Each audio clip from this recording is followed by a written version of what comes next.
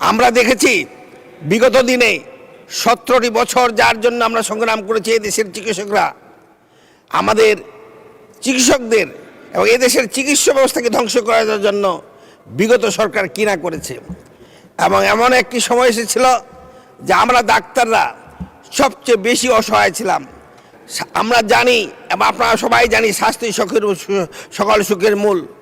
আজকে এই স্বাস্থ্য ব্যবস্থায় যে টাকা বরাদ্দ করা হয়েছে এটির জন্য যে কত লক্ষ লক্ষ টাকা আমাদের দেশে মানুষ সাশ্রয় করবে সেটা আমরা বুঝি। কারণ আমাদের কাছে যখন রুগীরা যায় সামান্য একটু অসুখের জন্যই তারা বিদেশ যাওয়ার জন্য পাগল হয়ে যায়, কারণ আমাদের দেশে নাকি চিকিৎসা ব্যবস্থা নাই।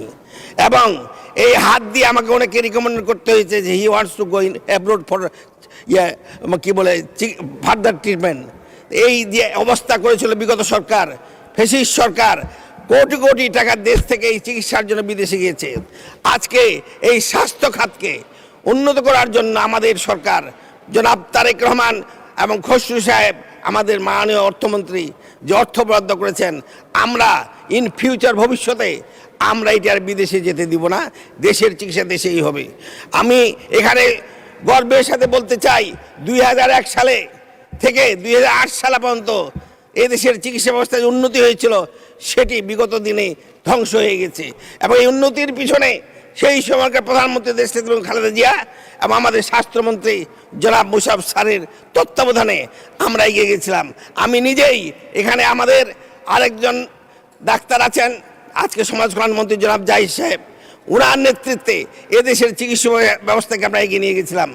আজকে সুযোগ এসেছে আমরা এই চিকিৎসা ব্যবস্থাকে এগিয়ে নিয়ে যাব এবং দেশের চিকিৎসা দেশেই করব। যে বাজেট দেওয়া হয়েছে এটিতে আমরা চাই প্রাইমারি থেকে টার্সিয়ারি পর্যন্ত স্বাস্থ্য ব্যবস্থাকে উন্নতি করা হোক। আর একটি কথা এখানে বলতে চাই পাশাপাশি, যে এদেশের মানুষ চিকিৎসা পেতে চায় এবং তার জন্য হাসপাতাল উন্নত করতে হবে। কিন্তু দুর্ভাগ্য আমাদের চিকিৎসকদের পর, এদেশের চিকিৎসকদের পর আজকে গায়ে হাত তোলা হয়। আমি চাই এখানে স্বাস্থ্যমন্ত্রী থাকেন, তার জ্ঞাতার্থে বলতে চাই আমাদের এই স্বাস্থ্য ব্যবস্থা যদি ঠিকই রাখতে চান তাহলে ডাক্তারদের সুরক্ষার ব্যবস্থা করতে হবে এবং ডাক্তারদের চিকিৎসকদের সুরক্ষা আইন প্রতিষ্ঠা করতে হবে। তা না হলে এদেশের চিকিৎসা ব্যবস্থা ধ্বংস হয়ে যাবে। কারণ এদেশের চিকিৎসকরা 17 বছর যখন আমাদের চিকিৎসা করা কেউ ছিল না, আজকে ওই বেঞ্চে যারা দাঁড়িয়ে আছেন, আমরা যারা দাঁড়িয়ে আছি এই দেশের চিকিৎসকরা, আমরা মানুষের ঘরে ঘরে গিয়েছি এবং মানুষের সেবা করেছি।